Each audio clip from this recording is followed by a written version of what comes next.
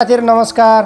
म आज तपाईहरुलाई अलग्गै किसिमको बाँसुरी भनेको छ। त्यो चाहिँ कसरी अलग्गै भयो भन्दाखेरि यो चाहिँ बोइल बाँसुरी अरे। बोइल भनेको पुरै पकाएर बाँस पकाएर बनाएको बाँसुरी अरे। मैले हुन त देखेको भिडियो पनि देखेको।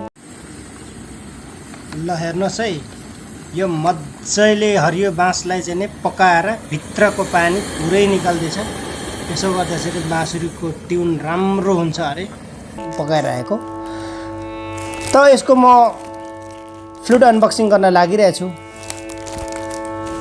मैले यो कसरी किन्न अलिकति सफल भयो भन्दाखेरि लाइभ भिडियो हाम्रो आदरणीय बाँसुरी वादक विष्णु थापाज्यू इन्डियन आर्मी हुनुहुन्छ, एकदमै राम्रो बाँसुरी वादक हुनुहुन्छ। उहाँले बाँसुरी बजाइरहेको देखेँ, कालो कालो। अनि होइन भाइ यो कसको बाँसुरी हो तपाईँले बजाउनु भएको, एकदमै मिठो छ त भन्दाखेरि उहाँले भन्नुभएको यो चाहिँ प्रशान्त बोराको हो, आयरन फ्लूट भन्छ, आसाममा बस्छ। तो दोस्तों मेरा चैनल में बहुत ही इंडियन हिंदी जो जवान बोलने वाला लोग भी जुड़ा हुआ है, सब्सक्राइब किया मेरे चैनल को। कभी किसको फ्लूट का वो चाहिए और किसका फ्लूट का चाहिए बोल के बहुत कमेंट्स मिलता है। सो बहुत बहुत शुक्रिया। मैं आज आप लोग के साथ एक आयरन फ्लूट बोल के, ये प्रशांत बोल के असम में रहता है, वो बेसिकली बॉयल फ्लूट बनाता है।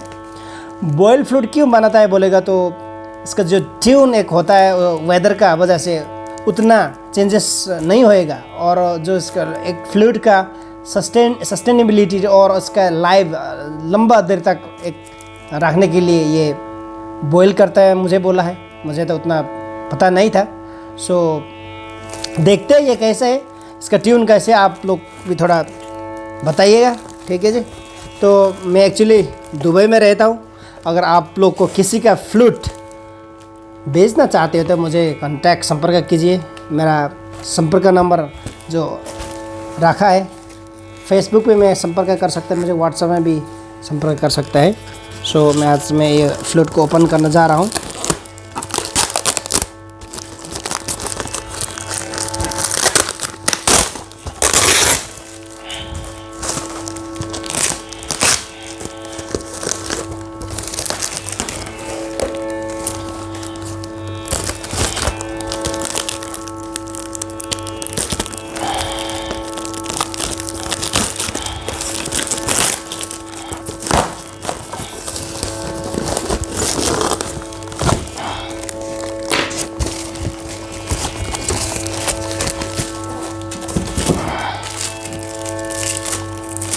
ये रहा है बॉयल फ्लूट। तो इसका मैं देखता हूँ इसमें खास क्या है, ठीक है। देखिएगा बॉयल फ्लूट कैसे होता है, इसका बैम्बू क्वालिटी और इसका थ्रेडिंग, इसका जो बाँसुरी का एक राउंडनेस देखिए, बहुत अच्छा है यार। इसका बहुत ही डायमीटर राउंड है, और बाँसुरी ज़्यादा मोटा भी नहीं, ज़्यादा पतला भी नहीं है, और थ्रेडिंग भी बहुत मजबूत तरीके से किया है, देखिए।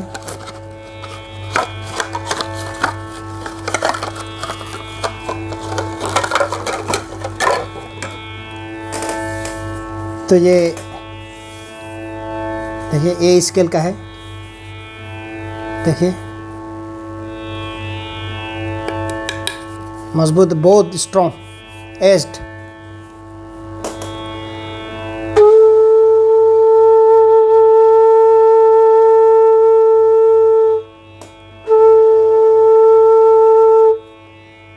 यस,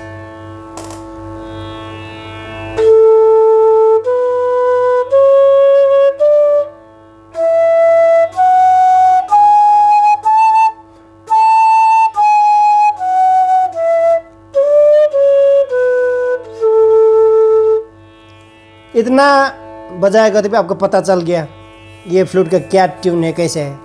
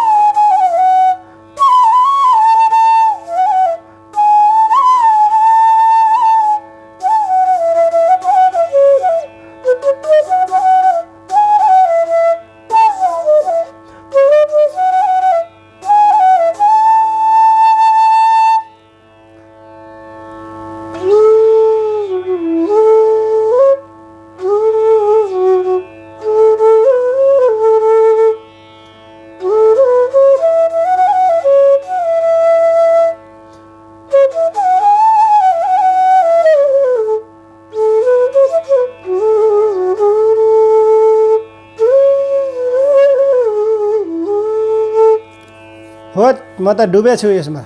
ल दामी छ दामी छ यो।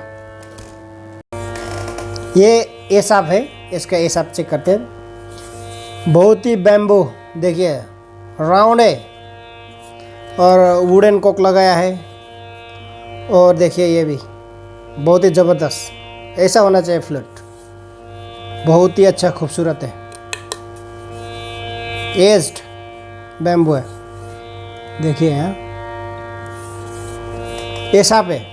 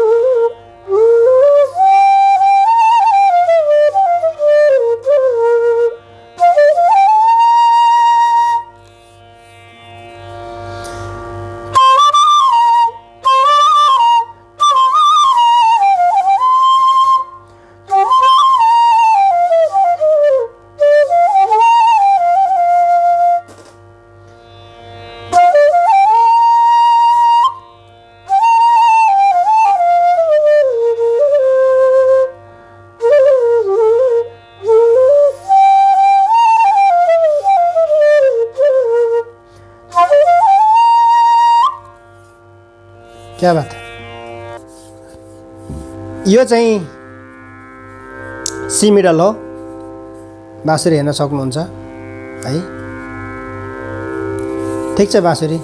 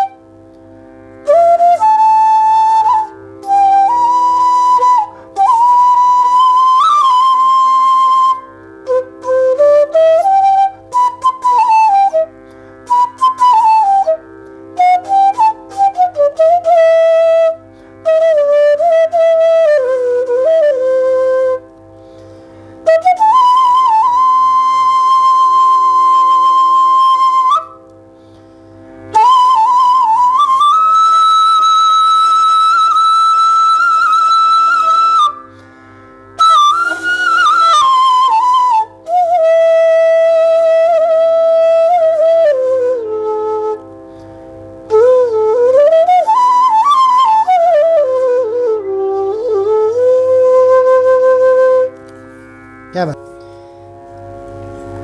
यो चाहिँ सिसाप मिडल हो, एकदमै बाँसुरी यो पनि राम्रो छ है, सोलिड छ है, गोलो गोलो छ हेर्नुहोस्।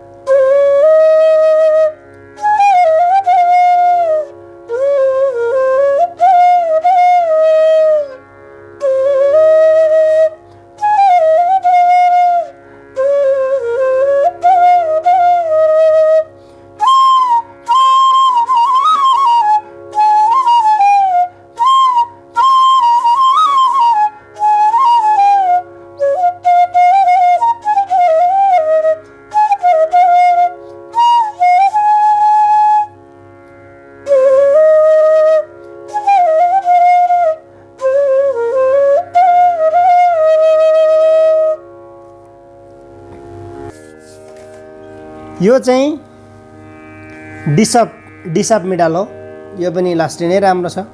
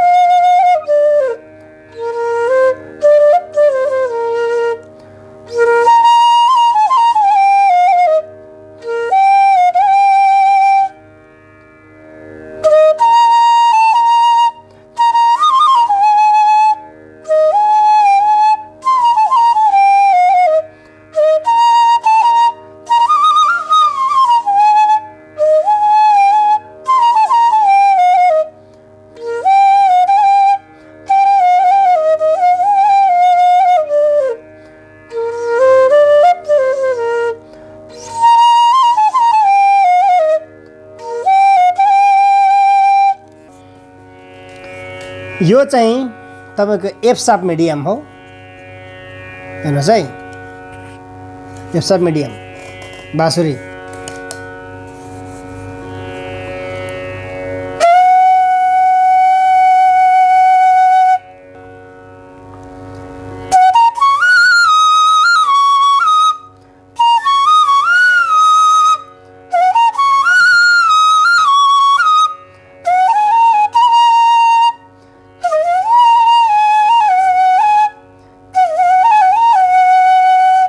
वाह, के छ हौ यस्तो दामी भन्छ त।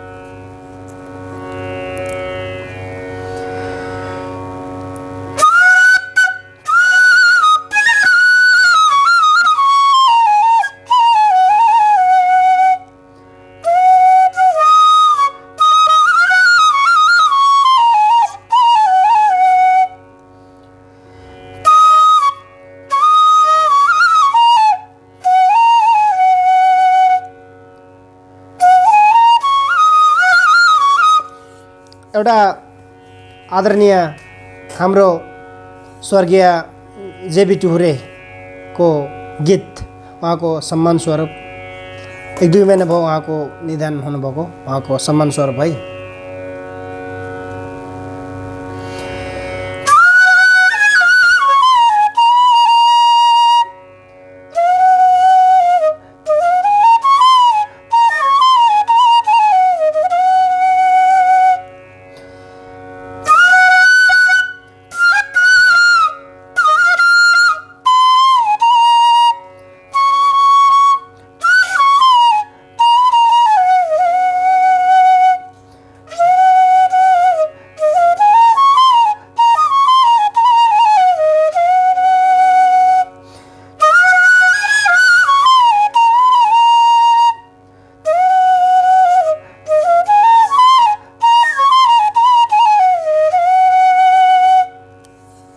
के दिउँ दाइजो चेलीलाई भन्ने गीत, त्यो चाहिँ अब यो भर्खरै अब तिहार पनि आउँदैछ, सो इसको गीत हो। प्रशांत जी बहुत बहुत धन्यवाद आपको, इतना आपने खूबसूरत फ्लूट भेज दिया। सो मैं आपको दिल से थैंक यू कहना चाहता हूँ। So thank you so much Prashant G.